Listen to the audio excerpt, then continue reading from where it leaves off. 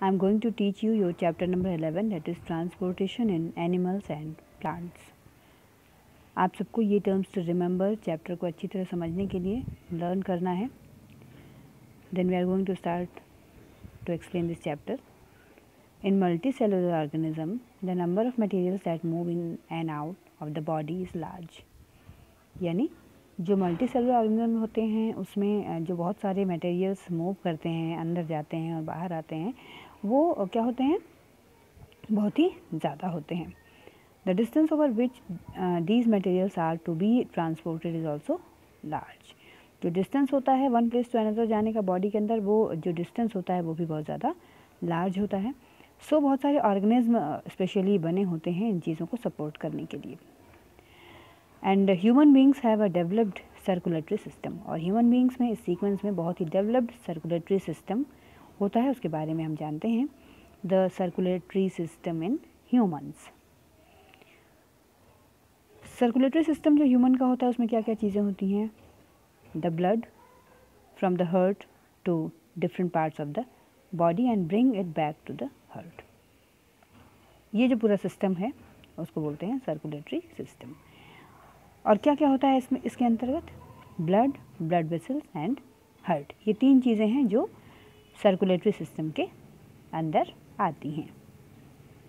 इसको one by one हम explain करेंगे. सबसे पहले हम स्टडी करेंगे ब्लड के बारे में. क्या है blood? Blood is a liquid connective tissue. एक लिक्विड कनेक्टिव टिश्यू है. It is circulated through out the body by the pumping action of heart. Heart के पंपिंग एक्शन से ये पूरी बॉडी में सर्कुलेट करता है. Blood is essential and aqueous solution containing electrolytes, organic molecules and having suspended particles. कौन कौन से सस्पेंडेड पार्टिकल्स होते हैं, यानी उसमें जो घुले हुए पार्टिकल्स होते हैं जो हमें नहीं दिखाई पड़ते हैं. That is red blood cells, white blood cells, blood platelets, blood plasma and blood serum. अब ये एक फैक्ट है, इसको जान लेते हैं. Human body contains 4 to 6 litres of blood. Human body के अंदर 4 to 6 लीटर्स ऑफ ब्लड होता है. Animals such as sponge and hydra do not possess any circulatory system. इनके अंदर सर्कुलेटरी सिस्टम नहीं होता है. They do not have any blood in their body. उनकी बॉडी में ब्लड नहीं होता. They get their food from water in which they live. Water carries away the body waste and carbon dioxide. यानी water के अंदर ये रहते हैं और उसी के ज़रिए इनका जो प्रोसेस है वो हो जाता है. जस्ट लाइक ये water carries away the body waste. जो बॉडी वेस्ट होता है उसको भी निकाल करके बाहर ले जाता है और कार्बन डाइऑक्साइड को भी निकाल कर बाहर ले जाता है. ओके स्टूडेंट्स, अब हम डिस्कस करते हैं फंक्शंस ऑफ ब्लड के बारे में. यानी ब्लड के कौन कौन से फंक्शंस हैं. मेन फंक्शंस क्या हैं? Blood is the vehicle for metabolic communication between the organs of the body. क्या है? ये एक व्हीकल है मेटाबॉलिक कम्युनिकेशन का ऑर्गन्स और बॉडी के बीच में. Blood transports nutrients from small intestine to the liver. जब स्मॉल इंटेस्टाइन में पूरा प्रोसीजर कंप्लीट हो जाता है डाइजेशन का, तो वहाँ से जितने भी न्यूट्रिएंट्स होते हैं वो ब्लड ट्रांसपोर्ट करता है लिवर और अदर ऑर्गन्स को. It also transport waste products to the kidneys for excretion. यानी ब्लड ही है वो जो न्यूट्रिएंट्स को भी ले जाता है लिवर और अदर ऑर्गन्स तक, और ब्लड ही है जो वेस्ट प्रोडक्ट को किडनी तक ले जाता है एक्सक्रीशन के लिए, यानी उसको बाहर निकालने के लिए. Blood transport oxygen from the lungs to the tissues and carbon dioxide generated during the respiration metabolism to lungs for excretion. Okay students, तो ये जो जितना भी काम है ये सब किसका है? ये ब्लड का है. Now I am going to discuss with you about the role of blood in oxygen transport. जो ऑक्सीजन हम इनहेल करते हैं उसमें उसके ट्रांसपोर्टेशन में ब्लड का क्या रोल है उसके बारे में हम जानते हैं. Respiration is a process. आप सबको पता है रेस्पिरेशन एक ऐसा प्रोसेस है जिसमें हम ऑक्सीजन गैस को इनहेल करते हैं और कार्बन डाइऑक्साइड को एक्सहेल करते हैं. यानी कार्बन डाइऑक्साइड को हम बाहर की ओर निकालते हैं और ऑक्सीजन को अंदर की ओर लेते हैं. Blood transports these gaseous compounds through haemoglobin. Haemoglobin के थ्रू इन गैशियस कंपाउंड्स को ब्लड क्या करता है? ट्रांसपोर्ट करता है. किसके थ्रू? रेड ब्लड सेल्स के थ्रू. हीमोग्लोबिन क्या है? This is a globular protein. Blood के अंदर जो प्रोटीन होता है, ग्लोबुलर प्रोटीन होता है, that is haemoglobin. In lungs where oxygen is present in higher concentration, haemoglobin combines with oxygen to form oxyhaemoglobin. Haemoglobin जो है वो ऑक्सीजन के साथ कंबाइंड होता है लंग के अंदर और क्या फॉर्म करता है, ये फॉर्म करता है oxyhaemoglobin. And in tissues where oxygen content is low, जहाँ पे ऑक्सीजन कम होता है, oxyhaemoglobin dissociates and releases oxygen for use in respiration reaction. ये जो ऑक्सी हीमोग्लोबिन बना, यही जो है जिन टिश्यूज़ में ऑक्सीजन का कंटेंट कम होता है, लो लेवल पे होता है, वहाँ पे ये ऑक्सी हीमोग्लोबिन जो है वो ऑक्सीजन रिलीज़ करता है और यही ऑक्सीजन रेस्पिरेशन में हेल्प करता है. Okay students, now the next topic is blood vessels. Blood vessels के बारे में हम जानते हैं. There are 3 types of blood vessels. कौन कौन से 3 टाइप्स हैं? वेन्स हैं, आर्टरीज़ हैं और कैपिलरीज़ हैं. इनके बारे में वन बाय वन हम डिस्कस करेंगे. सबसे पहले आइए जानते हैं वेन्स के बारे में. वेन्स क्या हैं? ये ट्यूब लाइक ब्लड वेसल्स हैं, बिल्कुल पाइप जैसे होता है, बिल्कुल उसी तरह ये ब्लड वेसल्स होती हैं, इनको वेन्स बोलते हैं. ये सिचुएटेड होती हैं कहाँ? Just under the skin. These can be easily seen as greenish blue tube on your hands and legs. Okay, आप जो अपने हैंड को अच्छी तरह टाइट करके देखते हैं तो उस पर जो ब्लू कलर की या यूँ कह सकते हैं ग्रीन कलर की जो पतली पतली वेन्स दिखती हैं, यही हैं आपकी वेन्स. क्या करती हैं veins? Carry carbon dioxide rich blood. Carbon dioxide rich blood को कैरी करती हैं from different parts of our body. हमारी बॉडी के डिफरेंट पार्ट से हार्ट तक ये पहुंचाती हैं और वहाँ वाल्व होता है और वाल्व जो है इन वेन्स के थ्रू ब्लड को अंदर पहुंचाता है. और यहाँ मैं ये भी आपको बता दूं कि जो वॉल्व्स होते हैं ये क्या है? There are valves present in veins which allow blood to how only in one direction. ये जो वॉल्व्स होते हैं ये अलाउ करते हैं वेन्स को, या इस तरह का सिस्टम उसमें बना होता है कि ब्लड एक ही डायरेक्शन में जो है वो चल सकता है या चल सकता है. Yes, okay. अब हम जानते हैं आर्टरीज़ के बारे में. आर्टरीज़ क्या है? आर्टरीज़ कैरी करती हैं ऑक्सीजन रिच ब्लड को. कहाँ से? हार्ट से all parts of the body तक. एंड आर्टरीज़ कैसी होती हैं? इलास्टिक होती हैं और थिक वॉल्ड होती हैं और डीपर होती हैं अंडर द स्किन, यानी स्किन के बहुत ही अंदर ये आर्टरीज सिचुएटेड होती हैं. इसको आप देख नहीं सकते हैं. And blood flow through arteries is rapid and under pressure. बहुत ही तेज़ी के साथ ब्लड जो है वो आर्टरीज में फ्लो करता है. अब जानते हैं कैपिलरीज़ के बारे में. ये क्या है? There is a network of capillaries in our body. Capillaries का हमारे पूरी बॉडी के अंदर जाल सा बना हुआ है. एंड कैपिलरीज़ क्या होती हैं? बहुत ही थिन होती हैं. And capillaries connect veins and arteries. When और आर्टरीज़ को जो कनेक्टिव करने वाले यू कैन से टिश्यूज़ हैं वो हैं capillaries. Okay students, now the next topic is heart. Heart के बारे में अब हम थोड़ा डिस्कस करते हैं. क्या है heart? Heart is the most sensitive part of our body. हमारी बॉडी का यू कैन से बहुत ज़्यादा सेंसिटिव पार्ट होता है. And the heart is our body located in the chest cavity. Chest cavity के अंदर हमारी बॉडी के अंदर हार्ट लोकेट होता है with its lower slightly tilted towards the left. थोड़ा सा टिल्टेड होता है लेफ्ट के साइड में. And the size of our heart is nearly equal to that of our fist. जो हमारी फिस्ट होती है लगभग उसी के साइज़ का हमारा हार्ट होता है. अब आपके मन में ये बात चल सकती है कि फिस्ट क्या होता है? तो फिस्ट होती है हमारी मुट्ठी, यानी अपनी मुट्ठी को जो हम स्लाइटली अच्छी तरह से बंद कर देते हैं तो जो हमारी मुट्ठी की साइज़ होती है यही साइज़ होती है अप्रॉक्सीमेटली हमारे हार्ट की. एंड क्या काम है? It pumps blood to all the part of the body continuously. हमारे पूरे बॉडी को ये ब्लड पंप करके भेजता है. The human heart has 4 chambers. 4 chambers होते हैं ह्यूमन हार्ट में. कौन कौन से? Right and left auricle and right and left ventricles. Upper जो 2 चैम्बर्स होते हैं उनको ऑरिकल्स बोलते हैं. They have thin walls and receive blood from different parts of the body. जो अपर जो 2 चैम्बर्स होते हैं उनको क्या बोलते हैं? उनको बोलते हैं ऑरिकल्स. जस्ट लाइक जो अपर 2 ये चैम्बर्स होते हैं इनको बोलते हैं ऑरिकल्स, और ये जो नीचे के 2 चैम्बर्स होते हैं इनको बोलते हैं, और यू कैन से लोअर 2 चैम्बर्स होते हैं उनको बोलते हैं ventricles. Blood from ventricle is pumped out of the heart. यानी वेंट्रिकल से क्या होता है? हार्ट जो है वेंट्रिकल से जो ब्लड है वो हार्ट के बाहर निकल कर जाता है। A muscular wall separates the left side of the heart from its right side. ये मस्कुलर वॉल जो है वो लेफ्ट और राइट को सेपरेट करती है।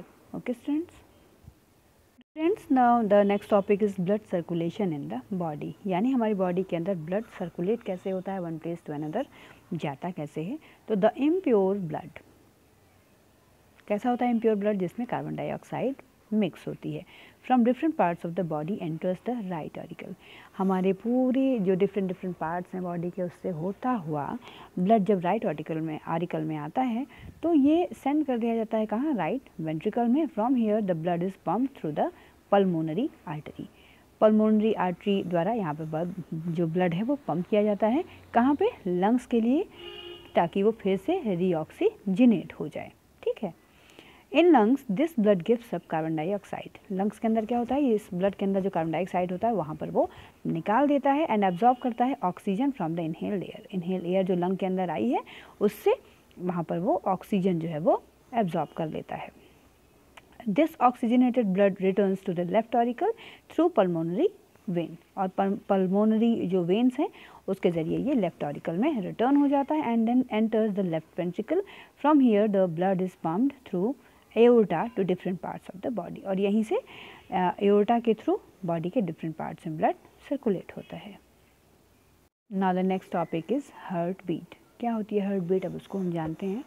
The wall of the heart chambers are made of involuntary muscles. Involuntary muscles से बनी हुई होती हैं जो हार्ट की वॉल्स होती हैं, and these muscles keep on working on their own and we have no control over them.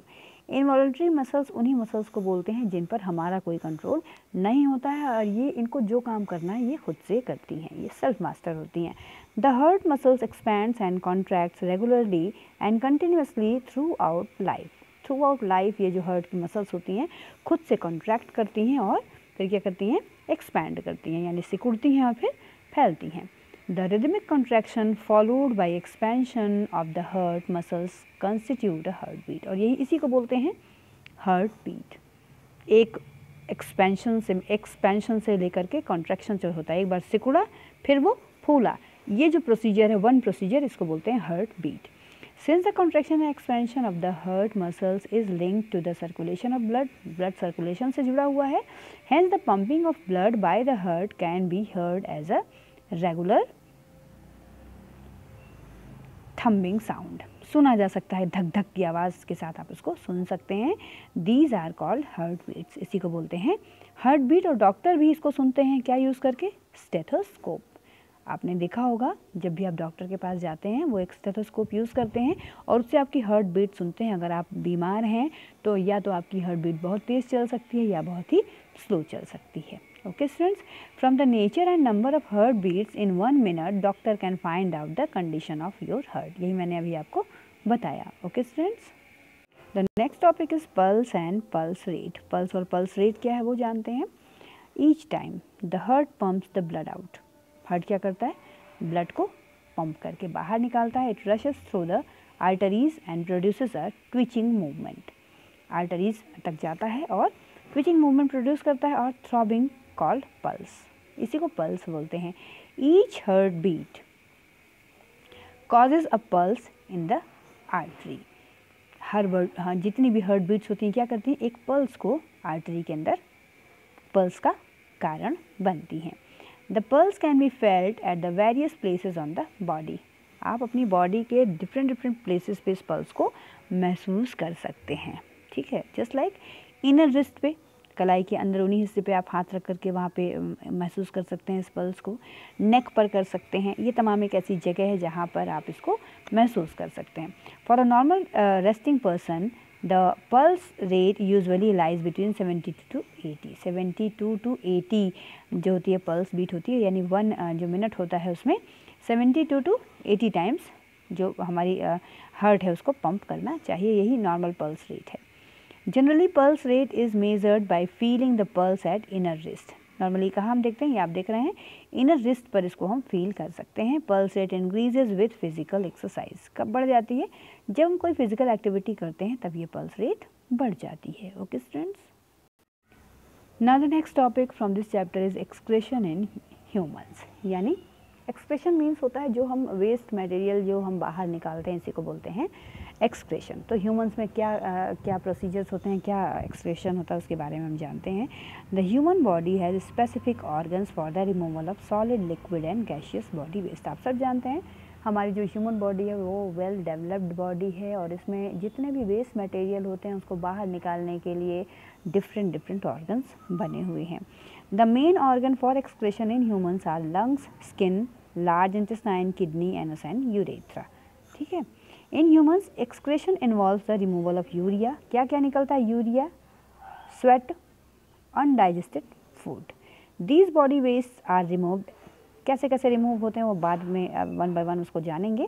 क्या क्या रिमूव होते हैं? यूरिया जो यूरिन डिस्चार्ज होता है हमें, स्वेट यानी जो पसीना निकलता है, अनडाइजेस्टेड फूड यानी एज अ स्टूल। ठीक है। क्या सॉलिड वेस्ट है? We can know solid waste क्या है? The solid waste generated in the body is removed as faeces through the anus. Anus के थ्रू जो सॉलिड वेस्ट होता है वो बाहर हो जाता है यूजुअली। और रिस्पिरेटरी वेस्ट क्या होते हैं? जो ऑक्सीजन हम इनहेल करते हैं उसके बाद वो सारी प्रोसेसिंग करते हुए जब हम कार्बन डाइऑक्साइड को बाहर निकालते हैं, इसको हम बोलते हैं रिस्पिरेटरी वेस्ट। ओके स्टूडेंट्स, कैसे निकालते हैं? इसको हम निकालते हैं नोज के थ्रू। आप सब जानते हैं वाटर, सॉल्ट और यूरिया, ये क्या है? स्वेट ग्लैंड्स होती हैं, आप सब जानते हैं हमारी स्किन के अंदर। ये क्या रिमूव करती हैं? ये रिमूव करती हैं water, salt and urea from the blood flowing through blood capillaries. Capillary से जो ब्लड फ्लो हो रहा है उसी के ज़रिए जो उसमें वाटर सॉल्टी होता है या एक्सेस अमाउंट में वाटर होता है, यूरिया होता है, उसको ये रिमूव करती हैं in the skin by diffusion. वो प्रोसीजर को बोलते हैं diffusion. These waste are then thrown out of body through tiny pores of the skin. हमारे स्किन के ऊपर टिनी पोर्स होते हैं, स्मॉल पोर्स होते हैं, उसी पोर्स के ज़रिए उसको वो बाहर कर देती है स्किन हमारी। लिक्विड वेस्ट क्या है? The liquid waste of the body is removed by the excretory system in the form of urine. Urinary उसको हम बोलते हैं। ठीक है। तो जो हमारी बॉडी के अंदर लिक्विड वेस्ट होते हैं उसको बॉडी रिमूव करती है। किससे करती है? यूरिनरी से करती है, यूरिन के फॉर्म में, यानी जो हम टॉयलेट करते हैं। Okay students, now we are going to talk about excretory system in humans. थोड़ा ब्रीफ हम जानते हैं क्या क्या होता है ह्यूमन बींग्स के एक्सक्रेटरी सिस्टम में। तो बहुत सारे जो मेन ऑर्गन्स होते हैं वो हैं किडनी, 2 किडनीज़ होती हैं, 2 यूरेटर्स होते हैं, 1 यूरिनरी ब्लैडर होता है और यूरेथ्रा होता है 1। ठीक है। किडनीज़ क्या हैं? These are the most important organs of this system. इस जो पूरा हमारा एक्सक्रेटरी सिस्टम है इसका सबसे ज़्यादा इम्पॉर्टेंट जो ऑर्गन है वो that is kidney. Each kidney consist of millions of filters. जो हमारी किडनीज़ होती हैं, 2 किडनीज़ होती हैं, a pair of kidneys there in our body, और इसके अंदर हमारी हर एक किडनी के अंदर मिलियंस ऑफ नेफ्रॉन्स होते हैं, इसको हम बोलते हैं फिल्टर। ठीक है। जो आप इसमें डायग्राम में अच्छी तरह देख पा रहे हैं, ये एक नेफ्रॉन का स्ट्रक्चर यहाँ पर बनाया गया है और इसी तरह के मिलियंस ऑफ जो नेफ्रॉन्स हैं वो हमारी बॉडी के अंदर हैं। Okay students, each nephron consist of a large number of coiled capillaries called glomeruli. इसके अंदर कॉइल्ड कैपिलरीज होती हैं, उसको बोलते हैं glomeruli, and these capillaries filter the blood through their walls bye dialysis. और यही जो कैपिलरीज हैं इसमें डायलिसिस का प्रोसेस होता है और इसी से हमारा ब्लड जो है वो क्या हो जाता है? फिल्टर हो जाता है।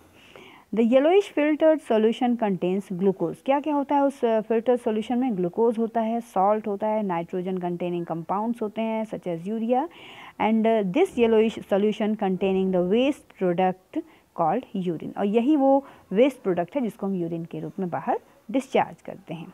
ठीक है। कहाँ से? यूरेटर्स के through, and gets collected into the urinary bladder. Urinary bladder जो हमारी बॉडी के बिल्कुल निचले पोर्शन में बना हुआ है, वहाँ पे ये यूरिन कलेक्ट होता है, फिर हम इसको डिस्चार्ज कर देते हैं। Okay students, the concentration of various waste in the urine depends upon the functioning of various organs or organ system in the body। यानी हमारा जो वेस्ट है उसका कंसंट्रेशन डिपेंड करता है कि हमारी जो बॉडी के डिफरेंट ऑर्गन्स हैं वो किस तरह से काम कर रहे हैं। So the examination of urine of a person can give a good idea about his और हर जनरल हेल्थ। यानी आप देखते हैं जब भी आप डॉक्टर से मीट करते हैं, डॉक्टर के यहाँ जाते हैं बीमार होने पर, तो आप देखते हैं वो यूरिन टेस्ट कराते हैं।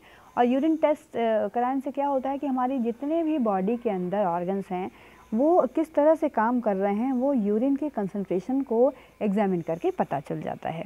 The presence of excess sugar in the urine, अगर जो यूरिन है उसमें शुगर की मात्रा एक्सेस अमाउंट में आती है तो इसका मतलब है कि माल फंक्शनिंग ऑफ पैंक्रियाज है and that the person is suffering from diabetes. वो पर्सन क्या है, डायबिटिक है, उसको शुगर है अगर उसके ब्लड में एक्सेस अमाउंट में शुगर मिलता है। And the presence of excess urea और uric acid indicates the malfunctioning of kidneys. Kidney की फंक्शनिंग में अगर प्रॉब्लम है, अच्छे से फंक्शन नहीं कर रही है, तो यूरिन में यूरिक एसिड का बढ़ा हुआ अमाउंट मिल जाता है। The doctor therefore use the urine test to diagnose this disease in the body. आप सब जानते हैं, इसीलिए डॉक्टर्स जो है वो यूरिन का टेस्ट करवाते हैं।